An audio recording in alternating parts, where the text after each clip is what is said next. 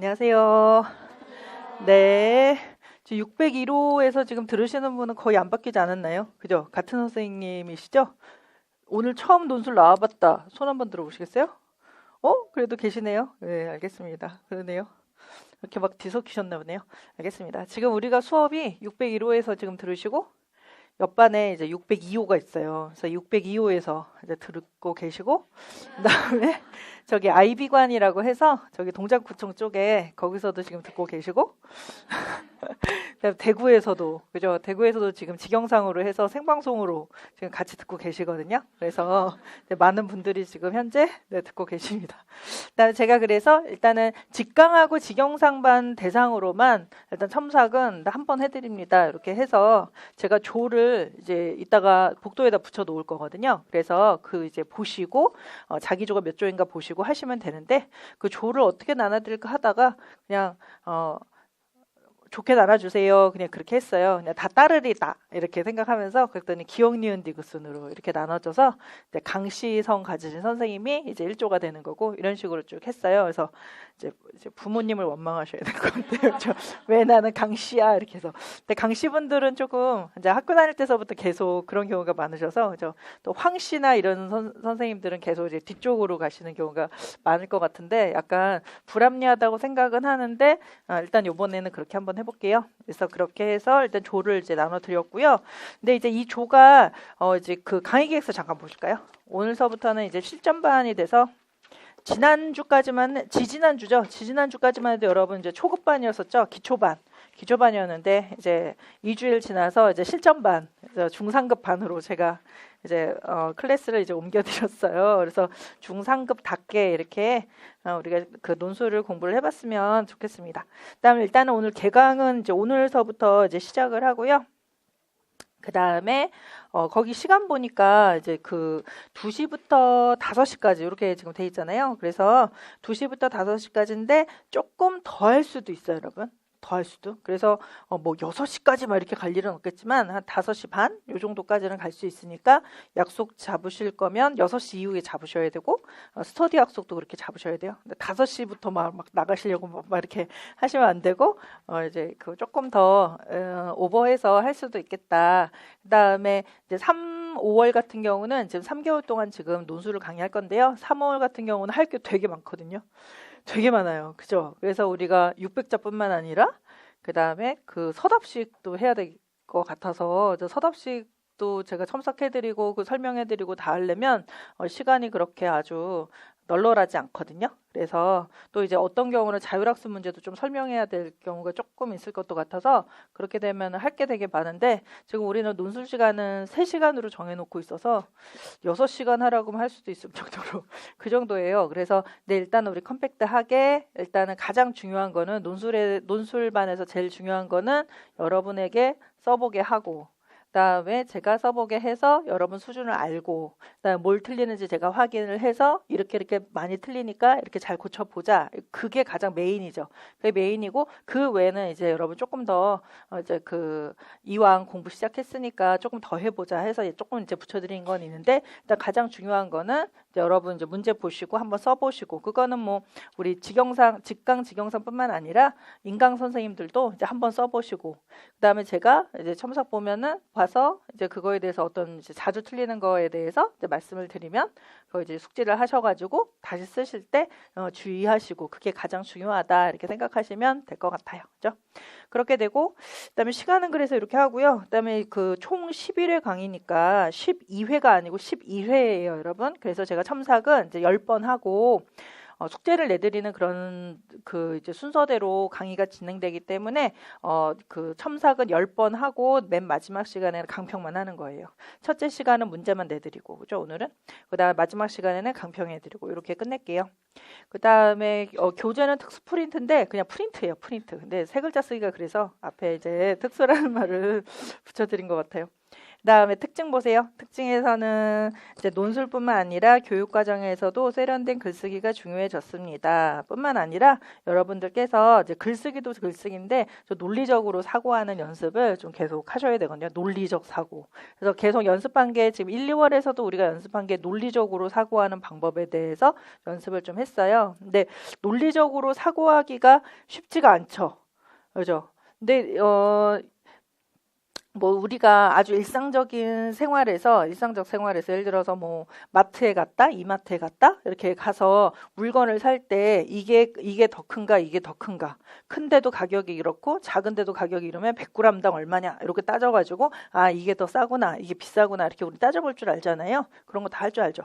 그다음에 이제 친구 사이에서도 내가 잘못했냐, 네가 잘못했냐 이렇게 따져보는 거 있잖아요. 그런 거는 되게 잘해요. 근데 논술만 타고 오면 그 따지기가 갑자기 막 무너지면서 뭐가 잘된 건지 잘못된 건지 어떤 게 순서가 먼저지 나중에 이제 잘 모르게 되거든요. 근데 그게 제 생각에는 여러분이 경험한 거는 논리적으로 잘 생각을 하시는 거예요. 그러니까 내가 자주 경험해 봤었던 거는 논리적으로 잘 생각이 되는데 머리가 이렇게 착착 이렇게 가니까.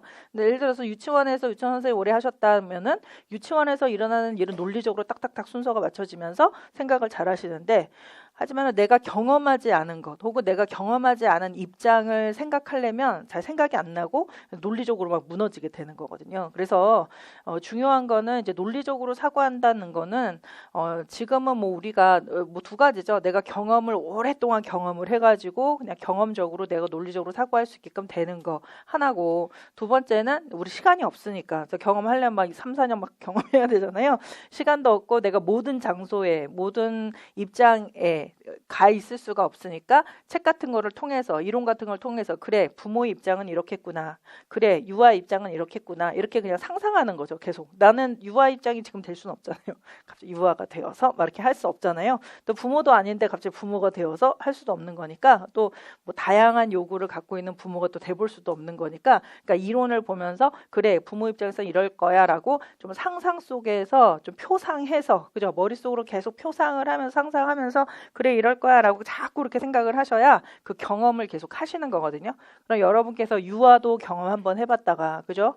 부모 경험도 한번 해봤다가 된 적은 없지만, 유아가 지금 아직 못 되잖아요. 되진 않지만 유아 입장에서는 이렇겠구나, 유아 입장도 생각하고 부모 입장에서는 이렇겠구나 해서 자꾸 그 장면, 그 시간, 그 입장에서 자꾸 생각하는 연습을 많이 하시다 보면 논리적으로 조금 사고하는 게 훨씬 더 늘어날 것 같거든요. 근데 그냥 반드시 내가 보는 이 시각으로 나는 지금 수험생이고 뭐 유치원에서 일하셨다 오시는 분도 있고 아니면 그냥 학교 다니다가 그냥 오신 분도 있잖아요. 자기 시각으로만 자꾸 보려고 하면 그 외의 것들을 논리적으로 사고를 할 수가 없으니까 자꾸 다른 사람의 입장에서 계속 생각하는 걸 연습을 하셔야 이제 그 문제가 나왔을 때 아 그래 이런 거를 얘기하려고 하는 거구나라는 게 좀 보이실 것 같아요. 어떤 건지 아시겠죠?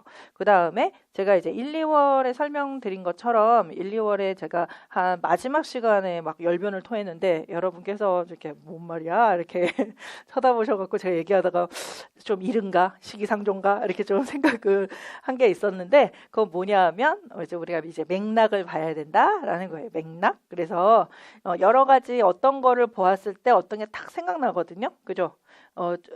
갑자기 생각이 저도 안 나는데 예를 들어서 한국 사람은 소나무를 보면 어떤 생각 나요? 뭐 지조가 있다, 색깔이 변하지 않는다, 이렇게 지조가 있다, 절개가 있다, 의리가 있다 이런 거 생각하잖아요. 근데 이제 외국 사람들은 그런 거 생각 안 난다고 하거든요. 소나무 그러면은 이제 그 노인들이 이제 가꾸는 취미생활 이런 게 먼저 생각이 난대요. 그래서 어떤 거를 딱 봤을 때 한국 사람은 그 A라는 게 생각나고 외국 사람은 B라는 게 생각나죠. 근데 이제 우리 한국 사회에서 소나무에 대해서 설명하세요. 소나무가 그니까 봤을 때 떠오르는 거에 대해서 생각을 한번 해보세요. 우리 사회의 입장하고 생각해 보세요. 이렇게 했을 때 뭐 의리라든가 절개라든가 우리 애국가에도 그렇게 있듯이 이렇게 쓰지 않고 노인분들의 취미생활로서 뭐 이렇게 쓰면은 우리 사회적 맥락을 잘 모른다 이렇게 보잖아요. 그러면은 그 사회적 맥락이라는 거는 그 사회에서 사는 사람들이 그냥 느끼는 거죠. 그냥 우리가 뭔가 이론서를 보지 않아도 사회적으로 지금 살다 보면 소나무에 대해서 항상 그런 거를 경험을 했기 때문에, 내가 소나무에 대해서 경험을 했기 때문에 이제 소나무면은 당연히 이런 거지라고 생각 생각하지만 실제로 그게 자연스러운 건 아니라는 거예요. 약속된 거죠. 하나의 우리 사회에서 약속된 거거든요. 근데 이제 내가 소나무에 대해서 잘 알고 있는 거는 내가 그 안에서 경험을 했기 때문이죠. 그래서 그 맥락 아는 거잖아요. 근데 다시 아까 제가 방금 설명드린 거하고 똑같이 내가 경험하지 않은 어떤 분야, 어떤 공간, 시간의 안에서의 그 맥락은 우리가 모르잖아요. 그죠? 유치원에서의 맥락. 그다음에 교육과정, 교육부에서 얘기하려고 하는 교육과정 안에서의 맥락, 그죠? 그다음에 우리 이론서, 강론서에서 이야기하려고 하는 학자들의 그 맥락은 공부 안 했잖아요. 안 했기 때문에 그 맥락을 모르죠. 뭐 어떤 거를 봤을 때 어떤 눈으로 걔를 봐야 될지를 잘 모른단 말이에요. 그래서 1년 동안 공부하시는 거는 그 맥락을 아시는 거거든요. 그러니까 우리가 직접 경험은 안 했지만 이론서에서 이거를 봤을 때는 이거를 생각해야 된다라는 걸 우리가 계속 공부를 하시면서 나중에는 이제 시험 문제가 나왔다 그러면은 뭐뭐를 얘기하고 있다 그러면은 그 맥락 쪽으로 눈이 탁 가야 되는 거지 다른 쪽으로 눈이 가게 되면 어떻게 돼요? 틀리는 거예요. 그죠? 답이 틀린다. 그러니까 그냥 자연스러운 걸 쓰는 것이 아니라 그다음에 이미 만들어진 맥락을 우리가 알아서 뭐 어떤 맥락이 있냐라는 걸 알아서 예를 들어서 우리가 외국 사람이다라고 했을 때 어디 뭐 파키스탄에서 왔다. 왜 갑자기 파키스탄 생각났죠? 파키스탄에 와서 왔다라고 생각했을 때 한국 사람한테 적응하기 위해서 소나무 그럼 소나무는 의리절개 이렇게 공부해야 될 거 아니에요. 공부해야 되는 거죠. 그렇게 하고 이제 한국어 능력 시험, 뭐 한국 사회 능력 시험 이런 거 능력 시험 나누면 소나무 이렇게 하면 윗사람이 왜 소나무를 이야기했나요? 이렇게 하면은 의리나 절개를 강조하기 위해서 이렇게 답 써야지. 그죠? 취미생활 많이 하라고. 이렇게 쓰면은 답 틀릴 거 아니에요. 그러니까 마찬가지로 우리도 교육과정이라던가 유치원이라던가 아니면 이론에서 얘기하려고 하는 그런 맥락들을 모르잖아요. 그러니까 그 맥락을 알아서 이제 내 거화 해야 되는 거죠. 내 거화 해서 나도 이제 그렇게 자꾸 생각하려고 하는 거예요. 그러니까 내 사고를 계속 바꿔야 돼요. 내 사고는 그대로 두고 나 이거 알아 이렇게 해도 그냥 알고 내 내면화가 되지 않으면 문제가 나왔을 때 그냥 내 거를 그냥 쓰는 거예요. 내가 이미 내면화 됐던 거 나는 안 바뀌었으니까 그걸 쓸 수밖에 없거든요. 그러니까 여러분께서 이제 이론 공부하시거나 이제 논리적으로 사고하거나 할 때도 논리적 사고도 마찬가지로 그런 맥락을 알아야 논리적 사고가 되는 거거든요. 그래서 이론 공부 안에서의 어떤 맥락도 보시고 그다음에 어떤 식으로 사고를 하려는 건가라는 것도 자꾸 컨닝을 하셔가지고 써져 있는 걸 계속 보면서 이런 식으로 사고를 하는 거구나라는 거를 컨닝을 하셔가지고 그대로 쓸 수 있으면 내 논술을 잘 쓴다 이렇게 얘기를 하는 거죠. 그다음에 이제 저랑 같이 공부를 하는 거는 지금 논술반에서 공부를 하는 거는 이론에 대해서 공부하는 건 아니잖아요. 이론에 대해서 하는 게 아니라 문제를 보고서 어디에서 문제의 답을 끌어내서 어떤 식으로 써야 되는가 이거에 대해서 공부를 하시는 거예요. 그죠? 논술반에서는. 그러니까 이제 문제를 보면서 문제에서 답을 끌어낼 때는 문제하고 그다음에 제시문하고 연결시켜서 이런 식의 답이 될 거다라는 거를 이제 끌어내는 그런 연습을 하셔서 새로운 문제를 보더라도 여러분이 한 번도 보지 못했던 그런 문제 보더라도 끌어낼 수 있게끔 그렇게 만들어 드리는 거거든요. 그래서 이제 글쓰기 연습 및 뭐 논리적 사고 연습 및 문제 푸는 연습 사고다 연습을 하는 거다 이렇게 보시면서 수업을 하시면 될 것 같아요. 그다음에 그게 중요하고 그래야지 또 점수가 높으세요. 그래서 그 아래를 보세요. 1, 2월은 400자, 3, 4월은 600자, 5, 6월은 1200자 쓰기 연습이 됩니다. 이렇게 해서요. 이상하게 써놨네요. 여기다가 그죠? 1, 2월은 400자를 했고요. 지금 3, 5월이죠. 예전에 제가 했던 거 그대로 제가 복사해갖고 와서 이렇게 됐나봐요. 3, 5월은 5주 동안은 600자를 할 거예요. 그죠? 우리 10주 동안 할 거니까요. 5주 동안은 600자를 하고 5주 동안은 1200자 쓰기를 할 거다. 이렇게 생각하시면 돼요. 반반 이렇게 나눴거든요. 그 다음에 직강, 직영상반, 수험생 대상 1인당 1회 교직 논술 및 서답식 답안을 첨삭해 드릴 거예요. 이렇게 되는데 그래서 여러분께서 이제 1조서부터 10조까지 답안을 제출을 하실 텐데 답안을 제출을 하면 제출하는 걸로 끝나지 않죠. 제가 여러분한테 또 돌려드려야 되는 거잖아요. 그러면 돌려드릴게 위해서는 답안에다가 반드시 뭐를 써야 될까요? 성함을 반드시 써야 되는 거죠. 근데 막 성함 안 쓰고 막 내시는 분은 좀 약간 우리 보러 어떻게 하라는 건지 이렇게 생각이 드는 거예요. 그래서 제가 이제 뭐라고 막 이렇게 잔소리 막 써놓으신 분 계실 거예요. 이럴 경우 성함을 반드시 써야지 나눠드릴 수가 있습니다. 이렇게 했거든요. 그래서 이제 다시 피드백을 해드리기 위해서는 성함을 써야 된다. 그다음에 어디다가 그럼 성함을 써야 되는가? 프린트가 오늘 조금 많긴 한데요. 그 프린트 중에서 원고지처럼 생긴 거를 좀 한번 봐볼까요? 원고지에서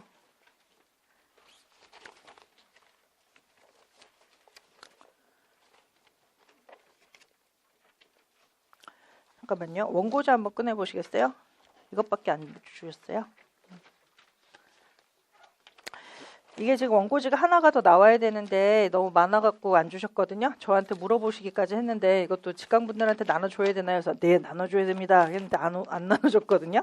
근데 지금 없어도 돼요. 근데 이거 지금 원고지가 요거 지금 받으셨죠? 이 원고지 지금 받으셨죠? 요거는 손으로 쓰는 원고지예요. 손으로 썼을 때, 내가 손으로 썼을 때, 근데 우리가 시험에서는 손으로 써요? 컴퓨터로 쳐요? 손으로 쓰잖아요. 그래서 사실 연습하실 때는, 논술을 연습하실 때는 손으로 쓰는 거 연습을 계속 하셔야 되거든요. 그래서 제가 손으로 쓸 수 있는 원고지를 이렇게 드린 거예요. 하지만은 우리 제출하실 때는 예로 제출하지 마시고, 제가 직강생 선생님들도 그 다운받을 수 있게끔 그 사이트에다가 600자 원고지 올려드린 게 있어요. 그래서 지금 그게 없어갖고 좀 설명을 이렇게 좀 그려볼게요. 600자 원고지가 한글 파일로 돼 있어요. 한글 파일로 돼서 여러분께서 먼저 손으로 한번 써본 다음에 그 다음에 한글 파일로 타이핑 쳐가지고 보내시는 건데, 위에 뭐 주제가 있고요. 그 다음에 여기에 아마 강의실이라고 써 있을 거예요. 강의실이 602호, 602호, 그 다음에 IB가 있죠. 그 다음에 대구도 있으시잖아요. 해서 나는 어디에 있는 학생이다라는 걸 체크를 하셔야 되는 거예요. 반드시. 그렇게 해야, 예를 들어서 IB에 체크하신 분들은 저희가 IB로 갖다 드려야 되는 거죠. 그 다음에 602호 선생님한테는 또 저쪽 강의실로 가야 되는 거고, 그죠? 대구 선생님은 또 따로 해서 스캔해서 보내드리거든요. 그렇게 해야 되는 거니까 반드시 이 강의실을 체크를 하시고요. 그 다음에 이제 성명 쓰는 날이 있을 거예요. 성명에다가 선생님 이름을 쓰는데, 이것도 예를 들어서 여러분께서 이거를 어디다 올릴 거냐 하면은 학원에 첨삭 게시판이 있어요. 첨삭 게시판이 있거든요. 여기 인터넷 그 사이트로 이제 들어오셔가지고 첨삭 게시판에다가 얘를 올리시는 거예요. 예를 들어서 1주차 이렇게 되면은 1주차 첨삭 게시판에다가 얘를 이제 업로드를 하는 거죠. 업로드를 하시는데, 업로드를 했을 때 저한테는 어떻게 보일까요? 이 이름이 보일까요? 아니면 여러분의 아이디하고 신청하신 성함이 보일까요? 그래서 아이디하고 신청하신 성함이 저한테는 보이겠죠. 그죠? 이렇게 되죠. 그러면은 뭐 직강 선생님들은 상관없는데, 이렇게 대구 선생님들이나 이렇게 멀리 계신 선생님들은 성함하고 이거하고 좀 일치를 시켜주셔야 되는 거죠. 일치가 돼야 제가 찾아볼 거 아니에요. 혹은 뭐 좀 약간 프린트 좀 이상해졌다 이렇게 되면은 제가 또 이 선생님 다시 찾아봐야 되겠다 그럼 또 다시 찾으려면은 성함이 다르면은 제가 찾을 수가 없잖아요. 그러면은 다 열어봐야 되죠. 한 번씩 다. 그죠? 그러니까 내실 때는 여러분 성함을 물론 쓰시는 건데, 어떤 선생님은 진짜 성함이랑 신청한 성함이랑 다른 선생님 계시잖아요. 그러면은 요 신청한 성함으로 이걸로 쓰는 거예요. 어떤 건지 아시겠죠? 그렇게 되면 나중에 제가 파일 찾기도 편하고 관리하기가 편하잖아요. 근데 나는 사실은 이 사람입니다. 알고 여기는 어머님 성함인데 여기는 이제 본인 성함 쓰고 막 이렇게 하시거든요. 그럴 상관은 없는데, 근데 여기다 성함 쓰면 제가 찾을 수가 없으니까, 그죠? 그렇게 해서 그래서 제가 끝까지 어머니 성함으로 그분을 기억하시는 분들도 많아요. 그래서 누구시죠? 뭐 장옥자 선생님이시죠? 막 이렇게 제가 하는 경우도 있거든요. 그러니까 그런데 일단은 제가 이렇게 첨삭할 때는 관리하기 좀 편하게끔 그렇게 해서 성함 쓰셔서 이제 그 주에 맞게 이제 올려주시면 되는데요. 올릴 때는 이제 600자 원고지에다가 그렇게 쓰세요, 여러분. 그 다운 받으셔서 그 한글 파일로 된 원고지에다 쓰시면 이제 될 것 같고. 그 다음에 그 아래를 한번 보세요. 주차별 강의 계획에서 이제 오늘은 1조가 내셔야 되는 거죠. 1조. 그래서 1주차는 오늘 기출문제를 볼 거거든요. 그래서 2012년도에 그 교사 10년과 관련된 문제가 있어서 그거를 볼 건데요. 여기에서 이제 600자 쓰기인데 이제 제출할 때는 보세요. 제출조는 1조가 제출을 하시면 되고, 그 다음에 가로에 6조라고 돼 있죠. 6조는 뭐냐 하면 서술 연습, 서술 답안도 제가 받을 거라서 서술 연습 답안은 이제 6조가 내시면 되는 거예요.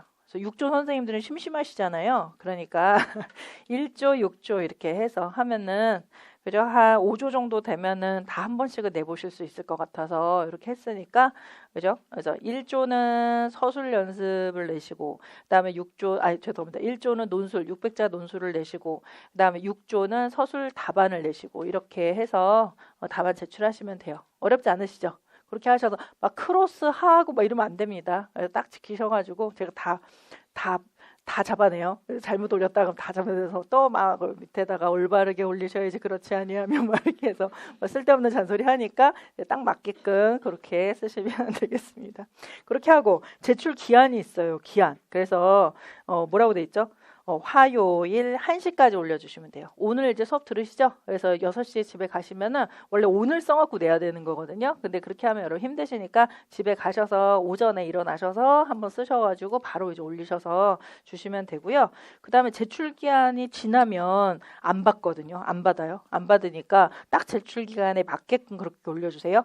만약에 내가 1조인데 1조 때 일이 있어갖고 2조로 가야 되겠다 하시는 분은 지금 쓰세요. 지금 이제 이따가 복도에다가 붙여드리면 나 몇 조에 갈 겁니다. 이렇게 쓰시는 거예요. 근데 가능하면 그대로 하셨으면 좋겠어요. 왜냐하면 이게 인원을 이제 동등하게 나눠놓은 거라서 갑자기 어떤 조는 매우 적고 어떤 조는 매우 많아지면은 관리하기 힘들어지잖아요. 첨삭하기가. 그러니까 이제 내가 고치려고 갔더니 너무 많이 고쳐놨다. 그럼 안 되겠다. 이러고 조금 참으시고 이렇게 해주시면 좋겠습니다. 그래서 좀 골고루 하셔야 돼요. 그래서 일단은 오늘 한 번은 이제 조를 수정할 기한을 드릴 테니까 혹시 내가 좀 결석을 할 것 같다, 일이 있을 것 같다 하시는 거는 지금 이제 고쳐가지고 하시고요. 그 외에는 이제 제가 안 바꿔드리니까 그대로 이제 내시면 되는 거예요.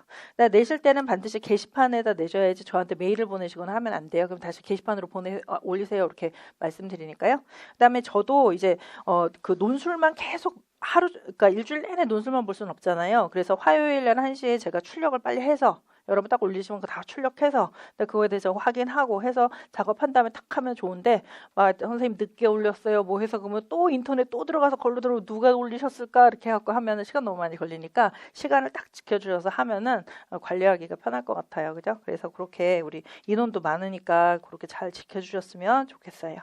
그 다음에 그 강의 내용 잠깐 보시죠.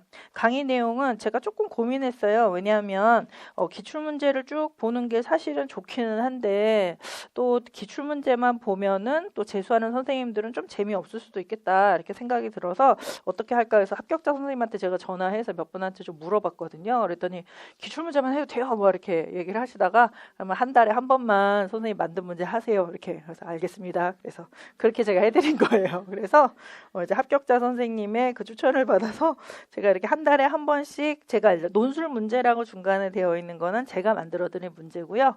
그다음에 중간중간에 기출문제 이렇게 몇 년 기출 이렇게 돼 있잖아요. 요거는 이제 제가 수업에서 이제 사용할 거다라고 보시면 돼요.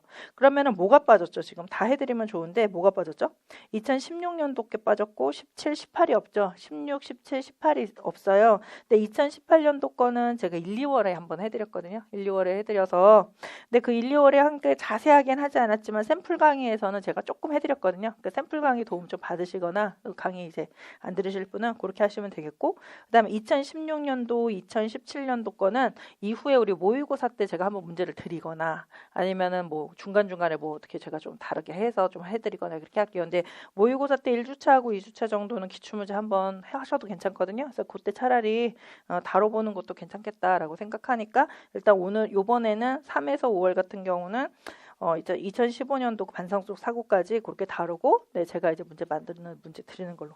제가 만드는 문제 안 드리면은 사실은 기출문제 딱 하면 되죠. 기출문제 3가 딱 들어가면 좋거든요. 근데 너무 기출만 하면은 좀 재미없을 것 같아서 제가 일단 한 3번 정도는 제 문제 좀 드릴게요. 근데 사실은 이 기출문제, 이 논술 문제 만들기가 쉽지가 않아요. 쉽지 않습니다. 이 15개를 딱 맞게 해가지고 그 구조에 맞춰서 저도 막 소설 써야 되잖아요. 막 소설 막 선생님 이런 일이 있었어요. 이러면서 소설 써야 돼서 쉽지가 않거든요. 그래서 이제 제가 낸 문제는 최소화하는 거죠. 기출 문제를 위주로 하고 또 제 문제가 만들기도 어려울 뿐만 아니라 그다지 좋지 않아요. 기출 문제가 훨씬 더 좋은 문제거든요. 그래서 이제 기출 문제를 활용해서 우리 이제 푸는 연습을 좀 많이 하시는 거예요. 이거는 이제 여러 명의 선생님들이 여러 긴 시간에 걸쳐서 만든 문제이기 때문에 제가 혼자 만든 문제보다 훨씬 더 좋거든요. 근거도 명확하고. 그래서 이걸로 연습하는 게 훨씬 더 도움이 되실 거예요. 이렇게 됩니다. 그 다음에 일단 5주차까지는 600자만 쓸 거예요, 여러분. 그래서 왜냐면 5주차까지는 일단 여러분께서 글을 좀 잘 못 쓰실 것 같아서 아직 좀 잘 못 쓰실 것 같아서 못 쓰는 상태에서 1200자 쓰라고 해도 의미가 없거든요. 그래서 이제 600자를 해서 그러면 이제 제가 첨삭 볼 양이 좀 적기 때문에 조금 더 하나하나 꼼꼼하게 봐드릴 수가 있어요. 근데 1200자 정도 되면은 이제 꼼꼼하게 못 봐드리죠. 못 봐드리고 일단 전체적으로 맥락을 잘 맞게 하셨나, 답을 맞게 했나 그거 위주로 보는 거니까 일단은 글이라던가 글 쓰는 뭐 이렇게 구체적인 그런 것들은 600자에서 조금 자세히 그렇게 볼 테니까 일단 앞에서는 일단 600자 5주차까지 하고요. 그 다음에 6주차서부터는 1200자 해서 이제 실전까지 그렇게 쓰는 걸로 하겠습니다. 그 다음에 우리가 그 논술이요. 저는 1, 2월하고 3, 4, 5월하고 끝나거든요. 끝나서 이제 문제가 뭐냐 하면 6, 7, 8은 수업이 없어요. 그래서 수업이 없거든요. 그래서 보세요. 1, 2월 하죠. 다음에 3에서 5월 했죠. 다음에 6, 7, 8월 이때는 논술이 없단 말이에요. 없어요. 그 다음에 대신에 9, 10월에 모의고사 하면서 이제 같이 논술을 당연히 하겠죠. 논술을 해요. 근데 이때 논술은 완전 이제 실전 문제식으로 하는 거기 때문에 물론 이제 제가 만든 문제로 하고 그다음에 시간 이제 60분 딱 드리면서 60분 안에 풀게끔 해서 제출하게 해서 제가 이제 첨삭도 이제 돌아가면서 첨삭도 보고 이렇게 해드릴 거거든요. 그렇게 하면은 이때는 처음에는 이제 1, 2월 때 하실 때는 와 이거 60분에 이걸 언제 해? 나 지금 400자 3시간 걸리는데 막 이렇게 하신단 말이에요. 근데 이상하게 점점점 이제 하다 보면은 이제 9, 10월 정도 되면은 못 쓰시는 분 없으세요. 그러니까 시간 안에 못 써갖고 다 못 냈습니다 하신 분이 거의 없고 그냥 60분 안에 딱 써갖고 그냥 내시거든요. 그래서 어느 정도 연습이 되면 다 할 수가 있으니까 그거는 걱정 안 하셔도 되는데 그렇기 때문에 예를 들어서 어떤 선생님이 많이 계셨냐면 저한테 이제 질문을 이제 메일이든 카페든 지금 3, 5월서부터 공부를 시작을 했는데 어떻게 할까요? 1, 2월은 어떻게 할까요? 이렇게 물어보시더라고요. 그래서 인강 들으시는 선생님들은 3, 5월에 1, 2월을 그냥 들으셔도 되죠. 이거부터 먼저 하시고 그 다음에 6, 8월에는 제가 논술 강의가 없으니까 이때 3, 5월 거를 들으시면 되잖아요. 이렇게 인강 선생님은 이렇게 하시고요. 직강 선생님도 계시니까 직강 선생님 어쩔 수 없잖아요. 그래서 일단은 3, 5월을 먼저 들으세요. 그냥 들으시고 그 다음에 1, 2월을 좀 들어봐야 되겠다. 그럼 한번 들으시고 이때 들으시고 아니면은 그냥 이렇게 했더니 나 1200자 쓸게 됐다. 그러면은 그냥 6, 8월에 안 듣고 1, 2월 그냥 안 듣고 이렇게 하셔도 괜찮을 것 같아요. 그래서 선생님들이 공부하다 보니까 좀 더 문제라던가 뭐 글 쓰는 게 좀 필요하다. 그럼 1, 2월을 들으시고 안 그러면은 일단은 3, 5월이니까 막 왜냐하면은 강의가 너무 많아갖고 밀리는 것도 좋지 않거든요. 그래서 적절한 어치만 해서 그때그때 이제 강의를 처리해 나가는 것도 매우 중요하기 때문에 그걸 잘 결정하셔갖고 하시면 되겠습니다. 근데 일단은 그렇게 하시면 되는데 이제 문제는 뭐냐면 저는 그래서 이제 목표가 3, 5월 달에 이제 논술을 우리는 다 끝내고 논술 끝. 논술은 끝내고 그 다음에 6월서부터 10월까지는 가뿐하게 이제 이론에 더 몰입을 하면서 가면 점수가 더 잘 나오겠지 이렇게 생각을 한 거예요. 왜냐면은 강의는 여기까지 하고 6, 8월 달에는 선생님들이 한 일주일에 주 한 2에서 3회 정도 논술 연습을 하시면서 가면서 강의는 없지만은 그렇게 연습해서 가시면은 이론에 더 몰입할 수 있어서 점수가 잘 나오겠지 이렇게 생각했는데 제 생각하고 좀 다른 선생님들이 있으세요. 어떤 선생님들이냐. 강의가 없으면 아예 공부를 안 하시는 선생님이 있는 거예요. 강의가 있어야 논술 공부를 하고 강의가 없으니까 이때 강의 없으니까 날라 이러면서 공부를 하나도 안 했다 이런 선생님 계시거든요. 근데 이때 공부 한 개도 안 하면 이때 어떤 일이 벌어질까요? 못 쓰죠. 그 다음에 시험날 어떤 일이 벌어질까요? 당연히 더 못 쓸 거 아니에요. 그죠? 더 긴장하고 하니까 더 못 쓴단 말이에요. 그러니까 저랑 약속을 이제 하시는 거죠. 3, 5월 달에 충분하게 연습한 후 연습한 걸 가져다가 다시 복습을 6, 8월에 계속 하셔야 된다. 그죠? 근데 6, 8월에 제가 뭐 나가죠? 진도는? 강의 진도는요. 문풀 진도 나가고요. 기출문제 진도를 나가요. 기출 진도를 나갈 거거든요. 그러니까 월요일 날 논술을 못하고 기출을 하는 거예요. 요 시간 동안에. 그런데 기출 문제를 보면 논술로 연습할 게 꽤 많아요. 여기 안에서도. 그래서 제가 중간중간에 뭐 이거 논술하기가 좋을 것 같다 이렇게 또 말씀을 드리는데요. 여러분들께서도 기출 문제라든가 이런 것을 뽑아내서 논리적으로 좀 사고하고 분류하고 써보는 거 연습을 문 풀 때 계속 하셔야 되는 거예요. 어떤 건지 아시겠죠? 그렇게 하셔야 되는데 만약에 6, 8월에 만약에 논술까지 해야 된다 그러면 우리 3번 나와야 돼요. 3번. 그죠? 3일 나와야 되니까. 근데 이때 막 이론하면서 암기 막 열심히 하셔야 될 때거든요. 그러니까 강의를 3번 나오게 하는 거는 안 맞는 것 같아요. 그래서 일단은 제가 먼저 끌어당겨 갖고 하는 거니까 하지만 여러분께서는 꾸준히 연습을 해라라는 거예요. 그죠? 그러니까 강의할 때만 하면 안 되고 열심히 이제 꾸준히 뭐 스터디를 하시던 뭐를 하시던 매일매일 할 것도 없어요. 일주일에 한 2번, 3번만 간만 안 읽게끔 그 정도로 하시면 될 것 같습니다. 아시겠죠? 그렇게 하셔서 점수가 잘 나오게끔 그렇게 하시면 좋을 것 같아요.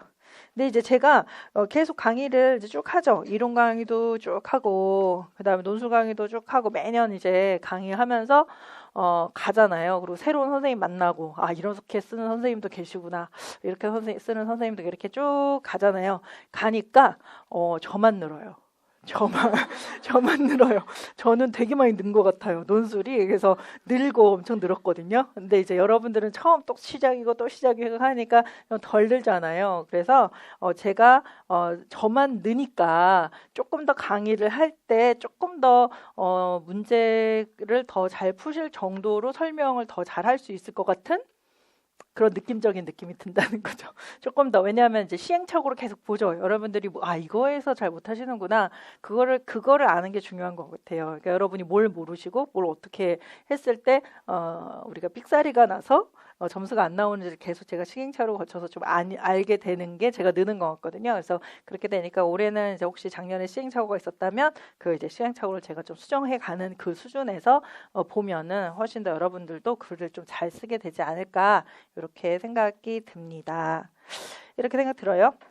그 다음에 위로 가보시면은 특징 좀 더 볼게요. 비첨삭 수험생. 비첨삭 수험생은 사실은 모든 선생님들이 다 비첨삭이죠. 한 번 정도 보는 건 사실 의미 없어요. 그죠? 그러니까 그냥 다 비첨삭이고 그 다음에 뭐 10번 중에서 한 번만 첨삭받고 9번은 다 비첨삭이잖아요. 그러니까 그냥 다 사실은 비첨삭인 거예요. 하지만은 이제 조를 나눠서 한 번 정도씩은 해드리는 거는 이제 저를 위해서죠. 제가 여러분 이제 수준이 어떤가라는 거 파악하고 올해 어떤 선생님들 오셨나 좀 파악하고 어떤 거를 좀 많이 틀리시는가 파악해서 강의 자료 얻기 위해서 제가 첨삭해 드리는 거거든요. 그러니까 저를 위해서 하는 거니까. 그래서 인강 선생님들은 너무 섭섭하게 생각하지 마시고 다 비첨삭이어서 아마 인강 선생님은 서럽다 이렇게 또 말씀하시거든요. 근데 그냥 우리 직강도 다 지금 서러워요. 그러니까 그렇게 공부를 하시고 하지만은 첨삭을 안 받더라도 나중에 이제 그 강의 자료 보시면 아실 건데요.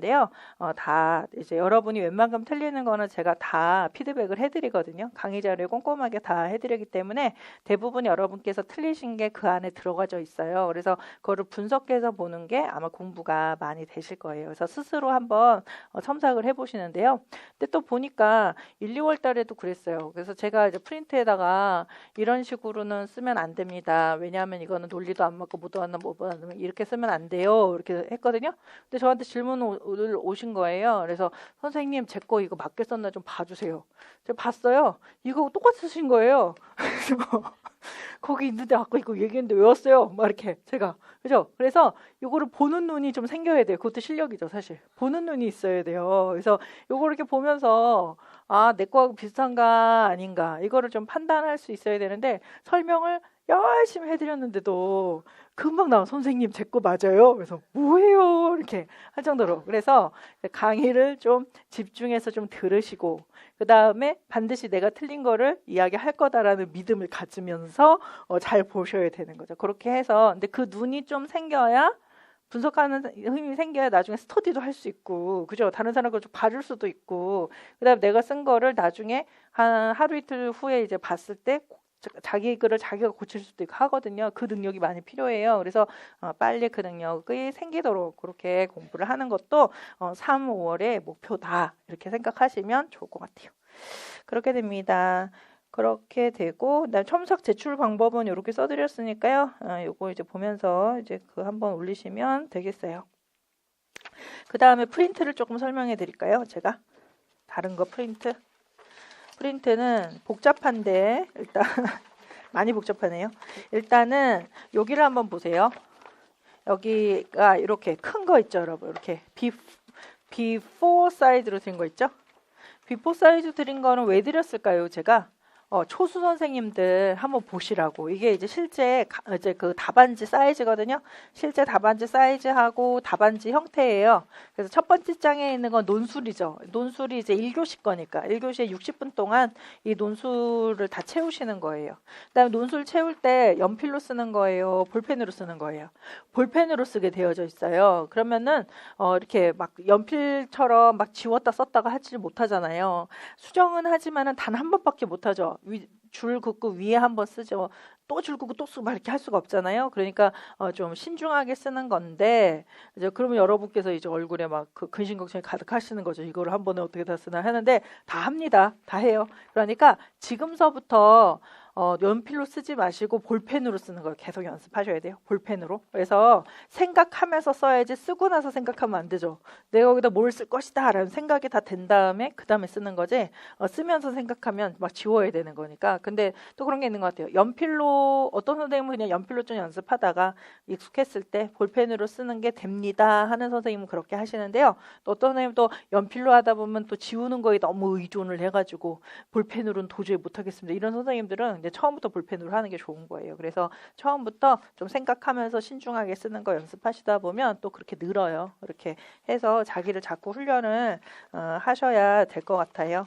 그거랑요. 그 다음에 두 번째 페이지로 가시면 두 번째 페이지의 두 번째 장에 있는 거는 교육과정 A. 교육과정 A의 답안지예요. 뒤에는 교육과정 B 답안지고 A 답안지, B 답안지는 똑같이 생겼어요. 그죠? 그다음에 교육과정 A하고 교육과정 B는 얘는 서답식이라고 해서 단답식 혹은 서술식이거든요. 단답 혹은 서술입니다. 그래서 이제 문제가 있으면은 예를 들어 문항 1이라고 돼 있죠? 그러면 문항 1 이렇게 써져 있으면은 이제 1번서부터 문제를 이렇게 해갖고 이렇게 해서 몇 년도냐 뭐 1차 교육과정 몇 년도냐? 그럼 1969년 이렇게 쓰는 거예요. 그다음에 동그라미 2번에 문제가 두 개 있을 수 있거든요. 그럼 1번, 2번 이렇게 써가지고 그죠? 그래서 뭐 프로이트 뭐 이렇게 쓰는 거죠. 이트 뭐 정신분석 이론, 분석 이론 이렇게 쓰는 거예요. 이런 식으로 답안을 써요. 그다음에 세 번째는 이제 서술식이다라고 하면 저 미술교육은 뭐 때문에 필요하다 해서 한 길어봤자 2줄에서 한 3줄 정도의 서술을 쓰셔야 되는 거거든요. 그래서 얘네들을 단답이라고 하는 거예요. 단답식.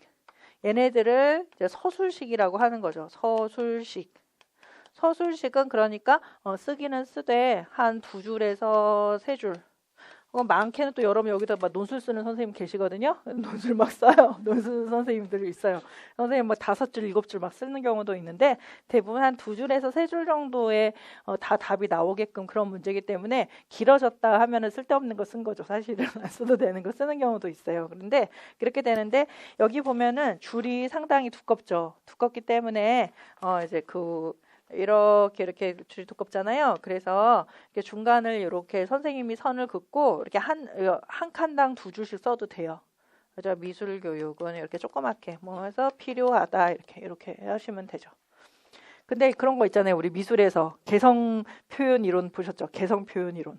개성 표현 이론에서는 그림에서 우리 아동의 심리가 나타난다 이렇게 얘기하잖아요. 저도 여러분 답안 보면 여러분의 심리가 나타납니다. 그래서 어떤 선생님은 막 여기 하나에다가 막 크게 막 미술은 막 이렇게 막 이렇게 해서 막 삐져나가게 엄청 크게 쓰는 선생님도 있고 어떤 선생님은 칸도 많아 죽겠는데 미술은 막 이렇게 바닥에 막 붙어갖고 막 쓰는 선생님도 있고 어떤 선생님은 단답식 한 5개만 쓰면 되는데 단답식 5개 쓰면 되거든요. 근데 이걸 또 두 줄로 나눠서 1번, 2번, 3번, 4번, 5번 뭐 이렇게 조그맣게 텅텅 비고 막 이렇게 한단 말이에요. 그러니까 이것도 그냥 원래는 한 줄당 한 줄씩 쓰는 게 제일 좋죠. 근데 피치 못하면은 나누시라는 거예요.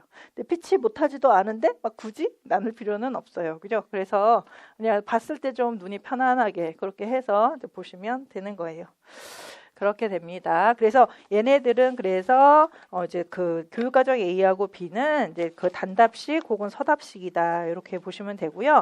그래서 제 거에서 그 보세요. 문제 보세요. 배지훈 전공의와 교육과정 서술식 답안지가 있어요. 그죠? 보세요. 서술식 답안지. 그래서 우리 시험에서 이거를 단답식도 있고 서술식도 있는 거, 단답식도 있고 서술식도 있고 해서 요거를 이제 서답식 답안 이렇게 얘기를 하는 거예요. 서답식 문제다. 문제 이렇게 얘기를 해요. 단답식도 섞여 있고 서술식도 섞여 있고. 그래서 제가 배지훈 전공의와 교육과정 서술식 답안지 해서 이렇게 해드렸죠. 앞뒤로 해드렸죠. 앞뒤로 해드린 거 왜 해드렸을까요?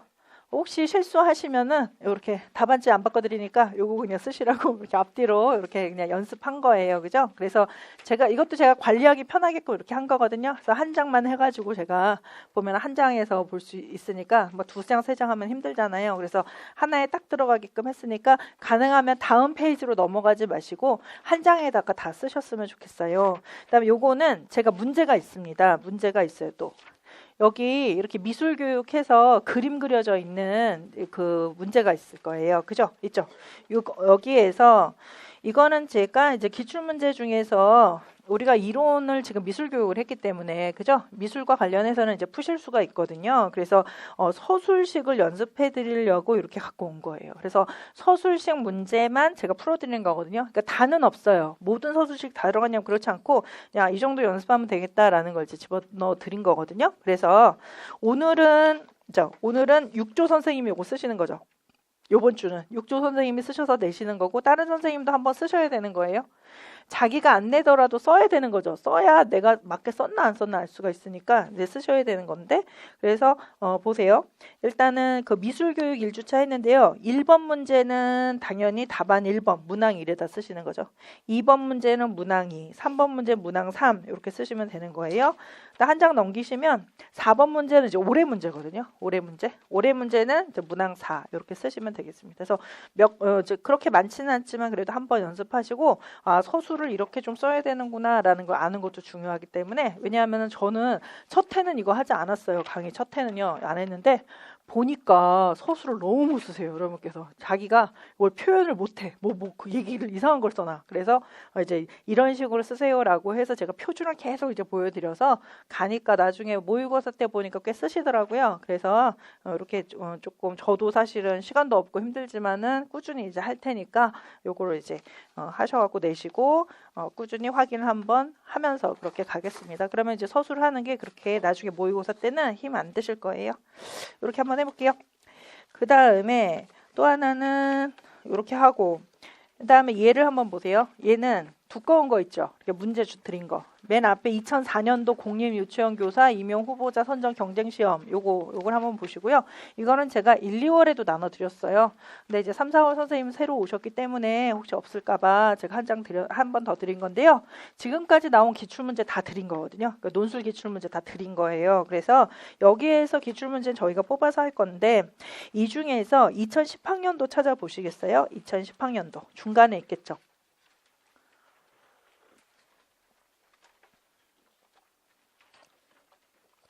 2010학년도 보시면은 여기에 보면 유치원 교직 논술해서 나와져 있는데 2010학년도서부터가 올해 문제하고 조금 비슷한 스타일이에요. 2018학년도 10학년도부터가요. 왜냐하면 문제가 있고 그다음에 그 아래에 이런 식으로 대화식으로 쭉 되어져 있거든요. 그래서 대화식으로 대화하는 거를 보고서 교사가 문제점이라던가 장점이라던가 개선 사항이라던가를 뽑아내는 이런 문제 스타일이 2010학년도서부터 있었어요. 그래서 요거에 대해서 좀 살펴보실 건데요. 물론 주제는 다 다릅니다. 다 다른 주제예요. 이렇게 되는데 오늘은 이따가 보실 거는 한 장 넘겨 가셔서 2012학년도 거에 대해서 그렇게 살펴볼 거예요. 2012학년도 거를 볼 거예요. 그런데 2012학년도 거를 잠깐 보시면 배점을 잠깐 보실까요? 배점. 배점에서는 논술의 체계가 총 10점이고 논술의 내용이 총 10점이었어요. 이렇게. 그래서 체계라는 거는 원고지에 맞게 잘 썼나, 맞춤법에 틀리지 않게 잘 썼나, 이게 10점이었거든요. 근데 이제 논술의 체계는 그러니까 안 어렵잖아요. 이거는 내용에 대해서 잘 몰라도 원고지 1200자만 잘 채우면은 그죠? 얘는 다 맞으니까 대부분 이제 10점은 먹고 들어간다. 기본 점수다. 이렇게 생각했거든요. 그다음에 논술의 내용이 총 10점인데 논술의 내용 총 10점은 즉 10가지를 쓰라고 하는 거예요. 10가지. 그래서 채점을 하실 때 이제 한 가지당 이제 1점씩이 되겠죠. 한 가지당 1점 이런 식으로. 그래서 밑에 보면은 성숙주의 교사신념을 형성하는 데 영향을 준 요인 2가지. 2점. 그다음에 그 아래 4점, 그다음에 4점 이렇게 돼서 그래서 10점이거든요. 그래서 10점, 10점 해서 이제 20점 만점이 되는데요. 만약에 내가 공부를 좀 못했다. 그다음 컨디션이 너무 안 좋아서 반타작했다. 내용 반타작했다. 그러면 반타작하면 점수 몇 점 나와요? 그래도 15점 나오잖아요. 15점. 그러니까 옛날에는 15점 받았다 그러면은 되게 못했네?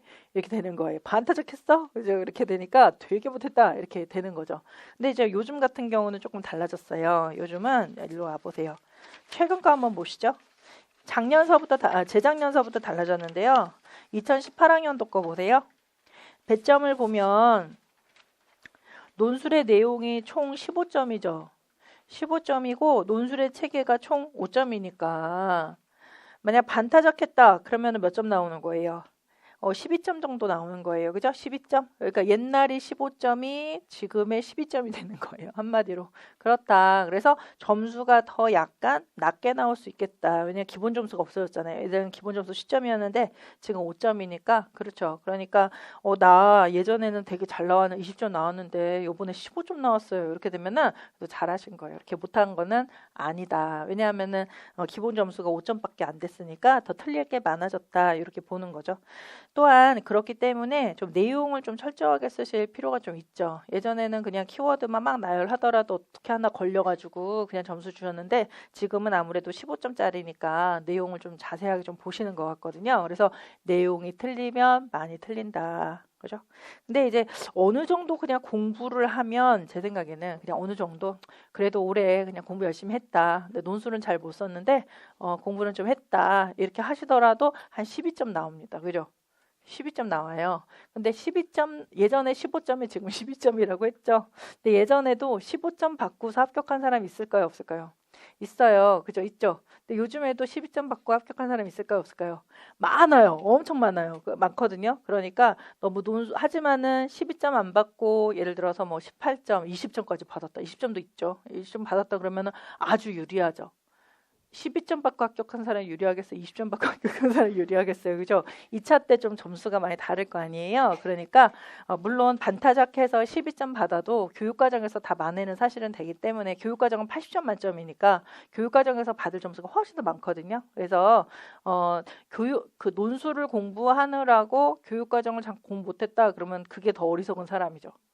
교육과정 80점어치 받을 수 있는데 논술은 아무리 잘해도 20점이잖아요. 그죠? 그러니까 교육과정을 사실은 더 열심히 하셔서 12점 받으셔도 교육과정을 다 만회는 될 거다라는 거예요. 근데 아무래도 12점 받게 되면 만회를 하더라도 아주 고득점은 잘 안 될 거 아니에요. 그러니까 논술을 또 공부를 하셔야 되겠다. 그래서 12점 받지 않고 몇 점 정도 받으면 좋을까요?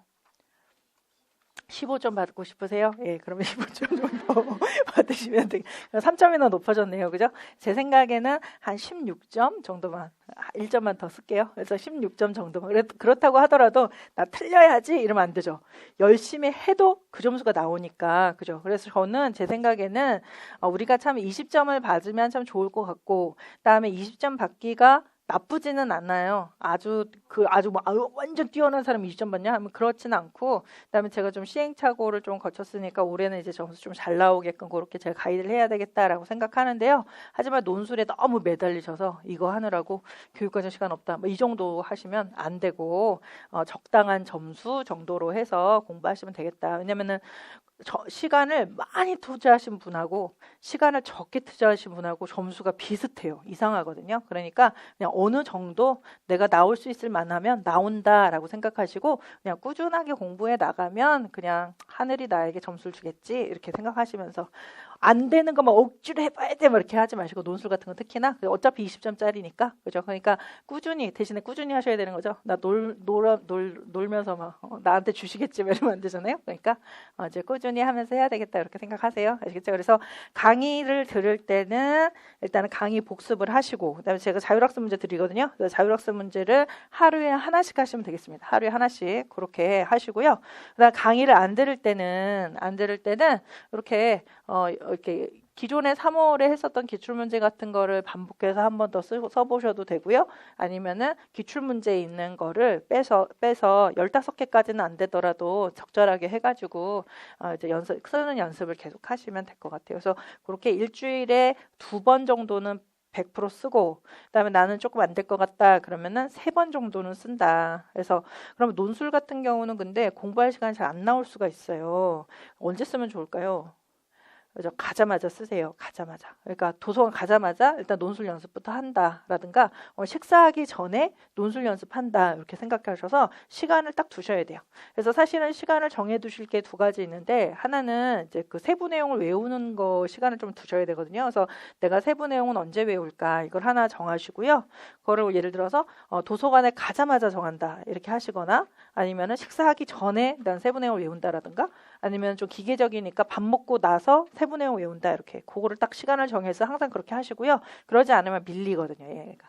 그거랑 일단 2번째는 이제 이 논술 쓰는 거 이거를 시간을 정하셔서 하셔야 돼요. 그래서 식사하기 전에 1시간은 논술을 쓰겠다라든가 그런 식으로 혹은 식사하고 나서 논술 쓰겠다 이런 식으로 해서 한번 꾸준하게 공부를 하시면 되겠습니다.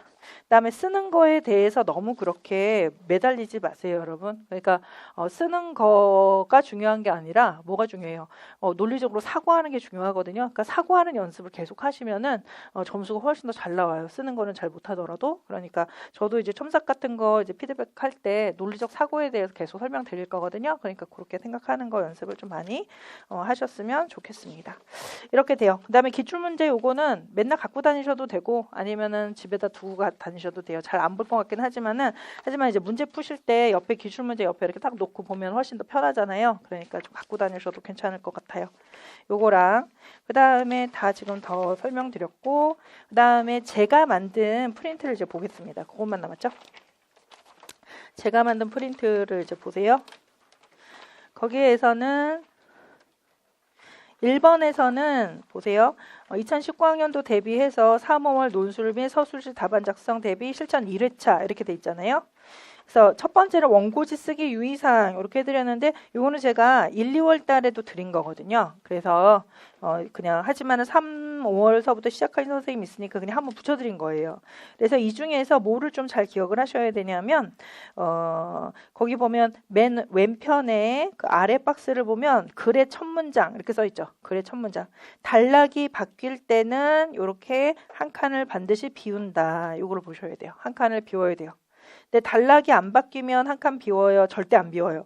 절대 안 비운다. 단락이 안 바뀌면 절대 비울 일이 없어요. 이렇게 보시고 그 다음에 또 하나는 보세요. 쭉 오셔갖고 맨 끝에 보세요. 맨 끝에 줄 나는 집으로 돌아와서 생각해 보았다 이렇게 하죠. 그럼 보았다 하고 이제 마침표를 써야 되는 거잖아요. 이렇게 기호가 맨 끝에 나오는 경우가 있죠. 이렇게 약간 이상하게 맨 끝에 나오는 경우가 있으면은 그 다음 단락에 그 다음 줄에 써야 돼요. 아니면은 칸 옆에다가 써야 돼요. 칸 옆에다가 써야 된다. 그죠? 그래서 온점 이어쓰기 줄의 마지막 칸에서 문장이 끝날 때는 온점은 마침표를 얘기하는 겁니다. 그래서 마침표나 쉼표는 다음 줄에 절대 쓰지 않고 옆에 이어서 반말로 돼 있네요. 쓰세요. 이렇게 하시면 돼요. 그죠? 이렇게 됩니다. 인용문 같은 거는 쓸 일은 거의 없기 때문에 잘 모르셔도 되지만은 일단 앞에 칸 비우는 거, 그다음 뒤에 그죠? 그 온점이라던가 쉼표 넣는 거 이 정도로 보시면 되고 중간중간에 온점이나 쉼표가 나오면 바로 옆에 띄어요, 안 띄어요? 안 띄어요. 그죠? 온점하고 마침표하고 쉼표는 띄지 않고 바로 글이 나온다라고 보시면 돼요. 그렇게 쓰셔야 됩니다. 이 정도예요. 그 정도만 좀 아시면은 나쁘지 않을 것 같습니다. 그다음 넘어가셔서 2페이지를 보세요. 이 페이지에서는 2페이지하고 3페이지는 제 기출문제를 그냥 요약해 드린 거예요. 그래서 일목요연하게 어떤 문제가 나왔는가를 이제 보실 수 있게끔 제가 해드린 거거든요. 그래서 이건 나중에 자료로 한번 보시고, 그 다음에 이제 오늘은 4페이지에는 바로 그냥 문제를 드렸거든요. 그래서 6주차 논술 연습해서 논술을 한번 이제 쓰게 하고, 그 다음에 제가 이제 문제 푸는 방법 설명드리고 이렇게 하겠습니다. 그 다음에 문제를 제가 이렇게 하나 드릴 거고요.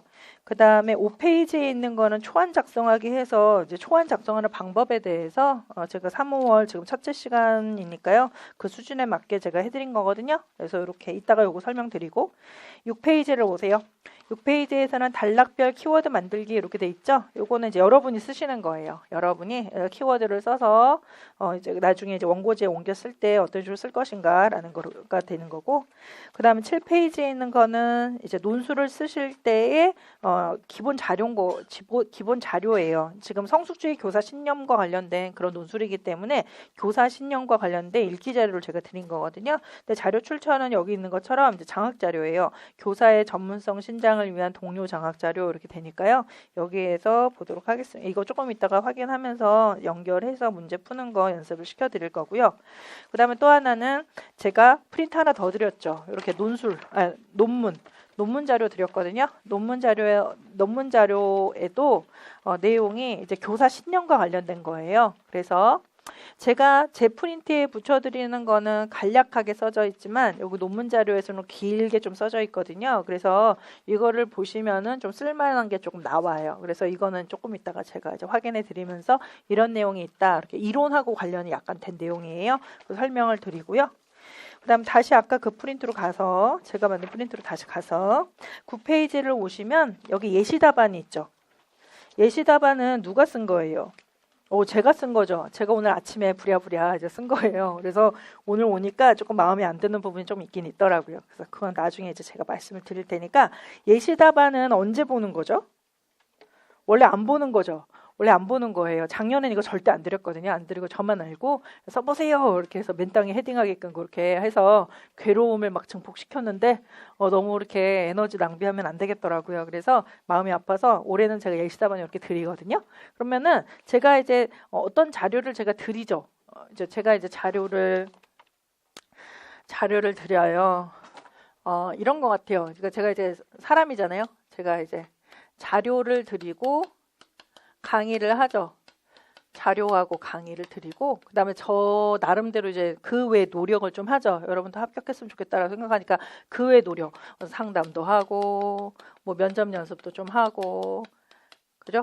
지나가면서 제가 감시도 조금 했다, 공부 잘하냐고 이제 감시도 했다가 이렇게 해서 저 나름대로 이제 노력을 하거든요. 그러면은 제가 좀 할 수 있는 모든 노력을 지금 다 기울여서 제 나름대로는 하는데, 물론 여기 부족함이 있을 수는 있을 것 같아요. 부족한 게 많겠죠. 저도 사람이니까 다는 못 해드리잖아요. 근데 부족한 게 많지만 제가 일단 최선을 다해서 제가 할 수 있는 거는 다 해드리거든요. 그러면 이제 여러분께서 저하고 이제 공부를 하시니까 제가 최선을 다해서 해드리는 이런 거를 또 최대한 활용을 하셔야 되는 거죠. 최대한 활용을 하셔서, 왜냐하면 제가 이렇게 자료나 강의나 상담 면접은 제가 봤을 때는 다른 거는 다 고사하고 이게 반드시 합격하는데 반드시 필요한 거니까 가장 우선순위를 두고 제가 하는 거잖아요.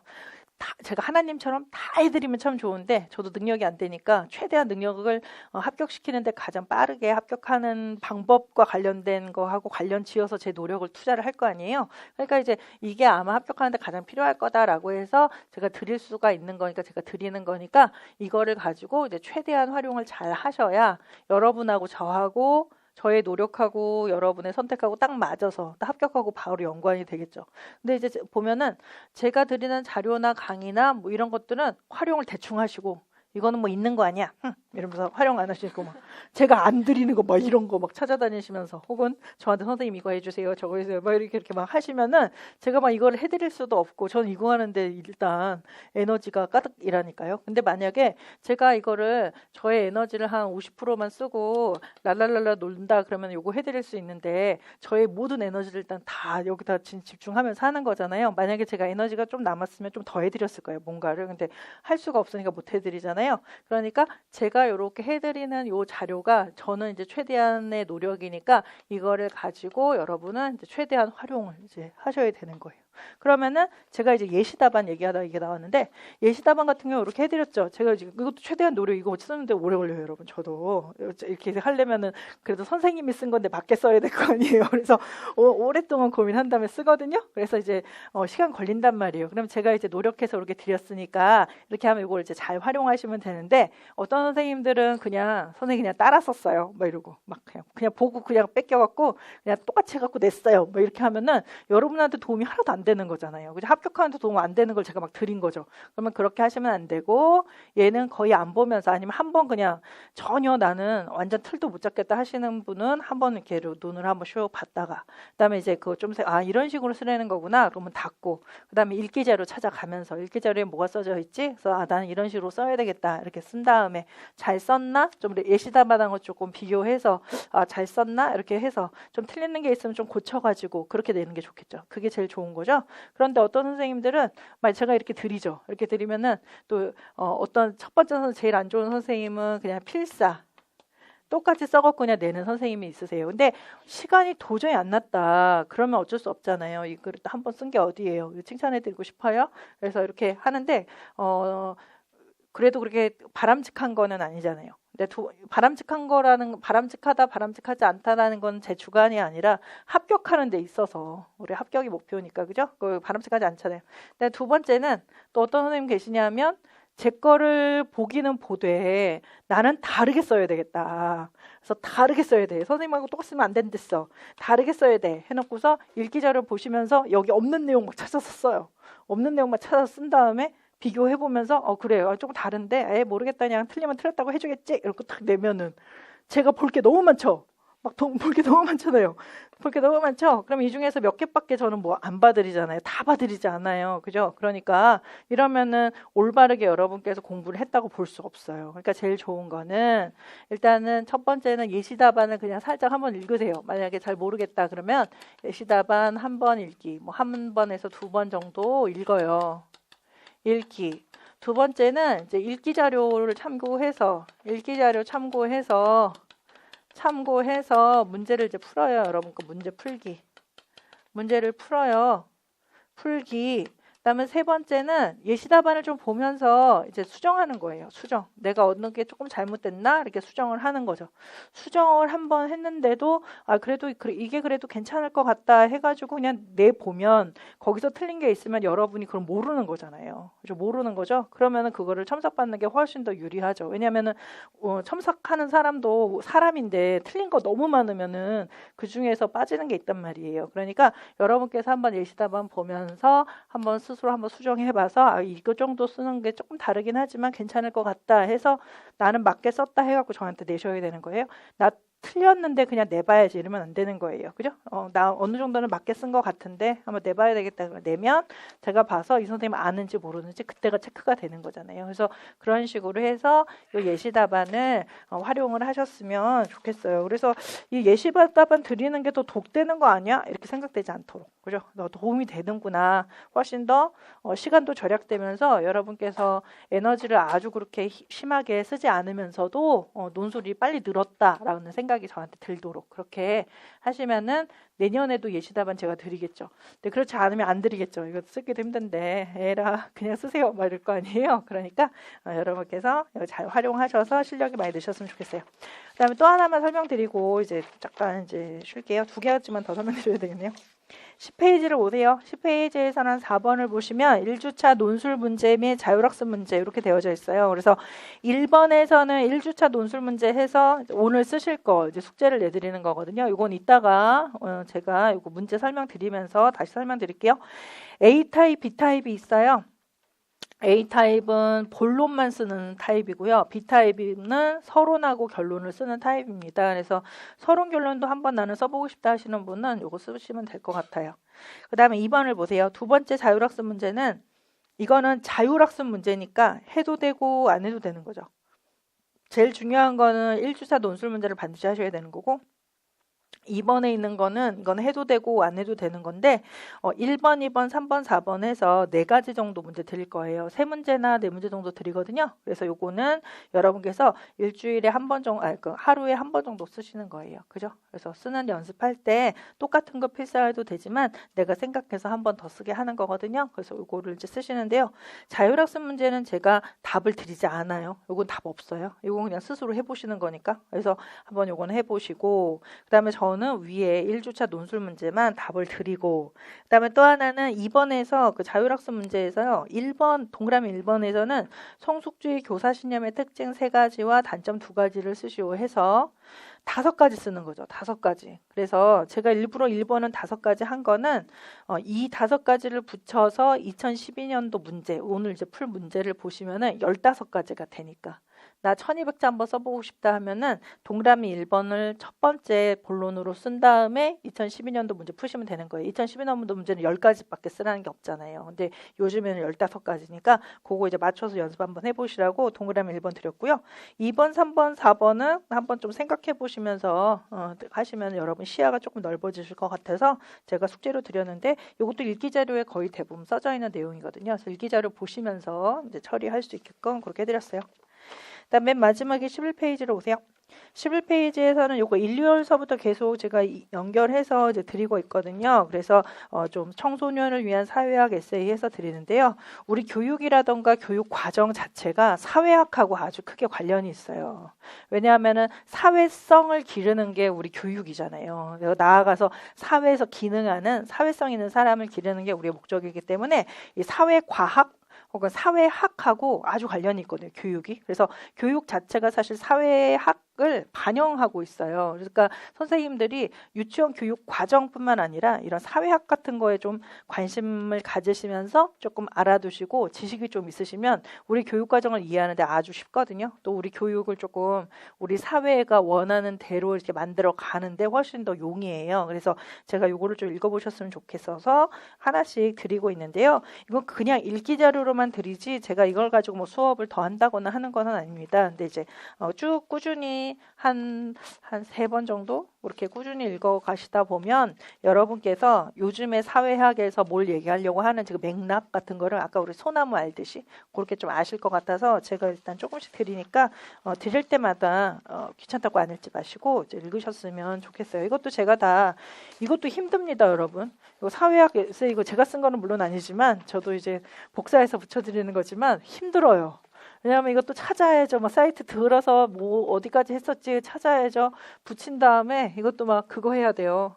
편집해야 돼요, 제가. 그래서 막 들어놓고 막 글씨도 하고 해서 힘들죠. 노력하고 있어요. 뭐를 위해서? 여러분 합격을 위해서. 그죠? 합격하고 관련 있는 거 저 하나도 안 하잖아요. 그러니까 합격하는 데 도움이 되니까 해드리는 거니까 이렇게 자료 드리면은 알뜰하게 여러분께서 활용을 하셔가지고 공부를 하셨으면 좋겠습니다. 알겠어요. 그 다음에 이제 잠깐 쉬었다가 다시 들어와서 이제 문제 풀어드릴게요. 쉬겠습니다.